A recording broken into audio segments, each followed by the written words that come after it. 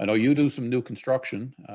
We haven't seen, as busy as it has been the last year, we haven't really seen an uptick in new construction to the same extent. I don't know what you procrastinate or what you think is going to happen in the future, prognosticate about that. Are we going to see new starts coming back, or I they feel can continue to struggle?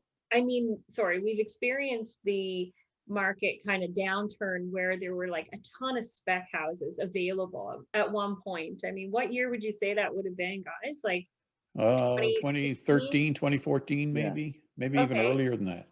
Oh, that there Maybe was even like a early. ton of inventory in it. Yeah. I was going to say 2016, but I'm way off.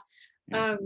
Yeah, so there was a period of time where there were just like dozens and dozens of spec home in Chemau Terrace and Southlands, and so as the market shifted and took a different direction, I noticed that a lot of builders were reluctant to start any spec home. So they were just saying like, no more spec. Like once I've already given away my last couple houses because I had to, I just was happy to make money on the lot. We noticed that they're like, I'm not putting anything in the ground unless it's a pre-sale. Yeah.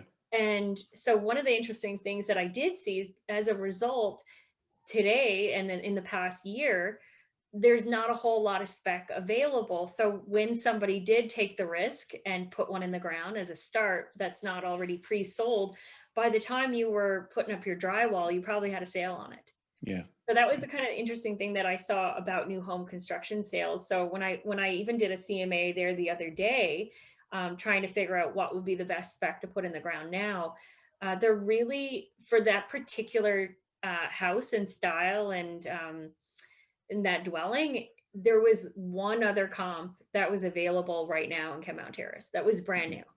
Wow. So that was just really interesting. So I can see the hesitation as a builder to put something in the ground based on what we've felt in the last few years. But it probably would have been smart for them to get started this fall, because I'm sure they would have their houses sold before they got their final occupancy. Yeah, And there's Tiff, probably a now, pile of other am I challenges wrong that in they this, have. Tiff, to say that there's more fax listings out there? Builders have the building lots and they're putting up model homes, on Matrix, for example, and people are seeing them on the different websites, and they're still talking about them. It seems like to me there's a few more of those. We're not putting anything in the ground until it's sold, like you were talking about. Do you mean like an in principle design, like Yeah, the so house is you not started? put a listing up with the house on it and a Yeah. floor plan or whatever the case may be. You don't necessarily have to buy that floor plan, but you can. The other thing I noticed about the new home construction is it's been difficult for a lot of people pricing them. So Yeah. you might have a house that you're listing at 289 to start, and all of a sudden, even before anyone gets in and says, well, we want pot lights, we want this, we want that, all of a sudden now you're at 299 just because of the lumber and the other materials have gone up a bit. And so I've noticed a lot of increases in prices on things, and 99% of the time they're new homes. Yeah. You had to. Yeah, you absolutely have to. right? As a builder, you would lose a significant portion of your profit. And week to week, you could lose a difference, right? Yeah.